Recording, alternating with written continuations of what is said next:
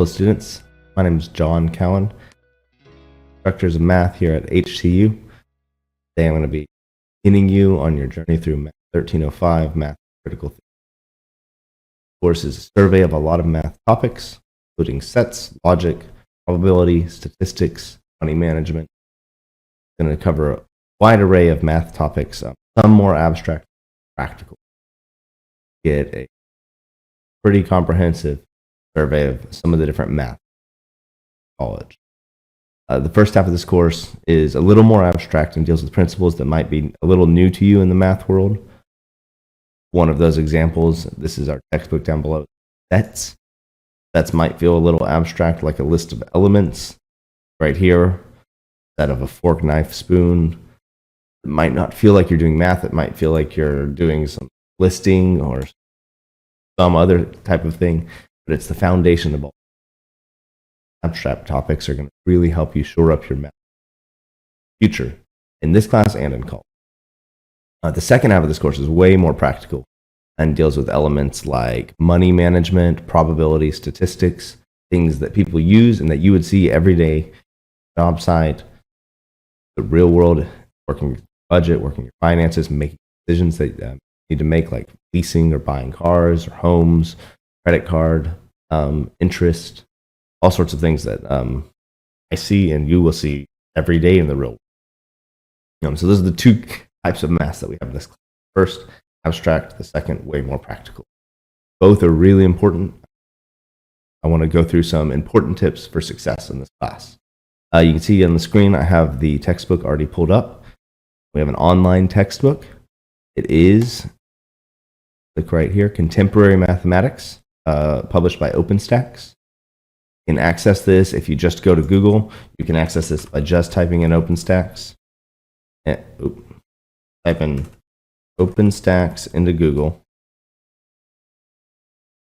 And if you click on the link, go to Subjects, Math, and look for Contemporary Math. Open up the book.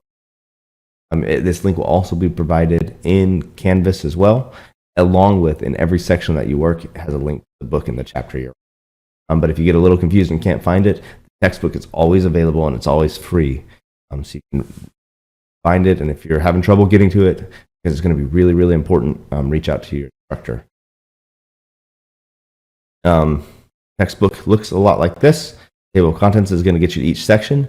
Your homeworks and your test numbers are going to match up with the sections of the book. So for instance, if you have a homework 1.1, it's going to be over basic set concepts, which is 1.1 textbook. It's really, really important for you to read through the textbook before you attempt the homework. Textbook sections are not that long. Show you, for instance, there's a few practice problems that you could work on your own. Write a set consisting of four small hand tools. Then there's some other examples where they give you the solutions, so you could try it and then check and see if you did it correctly.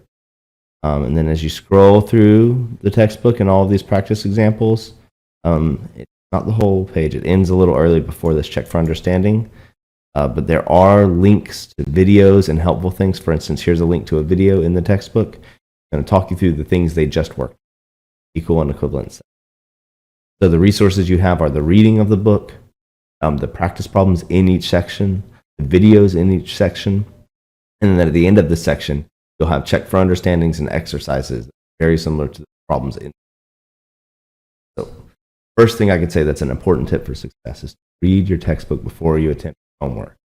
Textbook is short, easy to read. This is one of the best books I've ever worked with in all of the math classes I've it's the explaining of things in the actual text itself is not very complicated, and they offer so many practice problems that you could really get a good footing before you start your homework.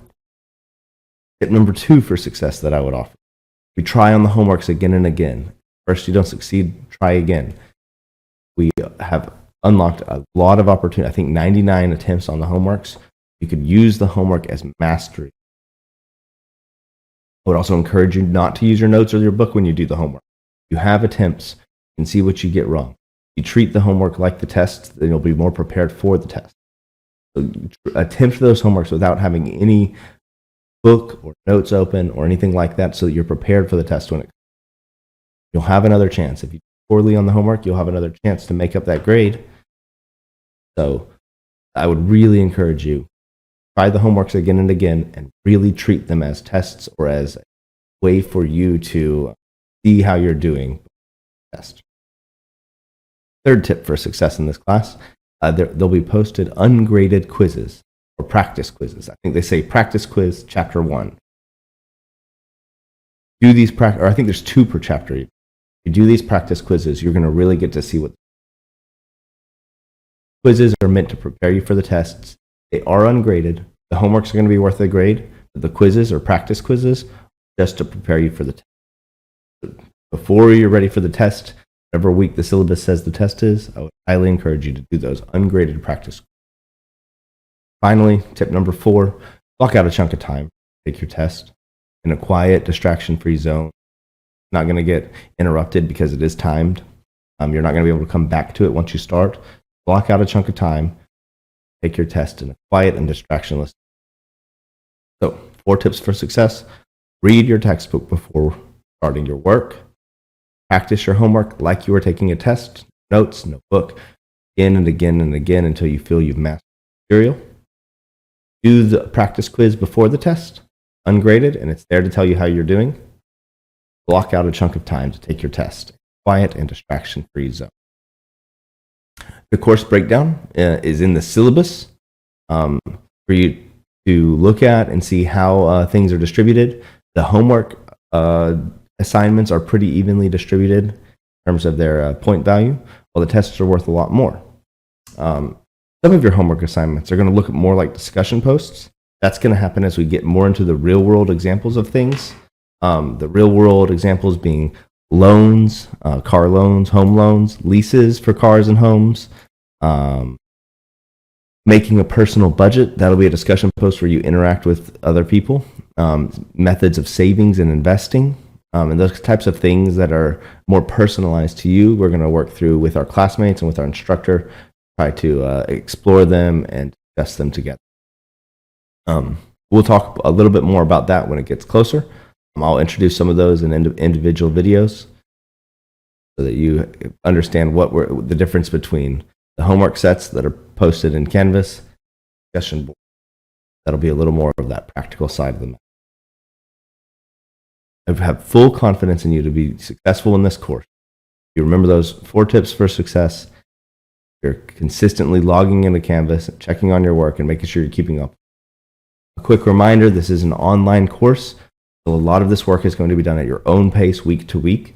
So it's really important for you to stay on top of what's due this week, when you need to do it by, how much you have each week. Not every week has the exact same number of sections because some sections in the book are a little bit longer, some are a little bit shorter. So week to week, you might have 1 homework assignment on one week if it's a really long section, and 4, maybe 3 with a max of 4 on the other ones. If they're really short sections with short homeworks. So do keep up with that and look at what's due that week. Make sure you're blocking out time to do it. This is an online course, so it's going to be completely on you to try to allot the time that you need for assignment, topic, and reading through that text. If you have any questions at all, feel free to reach out to your instructor who can help you with the logistics of Canvas, class topics that might be confusing, where and when things are due. Make sure you explore through the Canvas syllabus and through the Canvas course so that you're ready for the semester as it gets started. Excited for you to be taking this class. Best of luck. Thank you.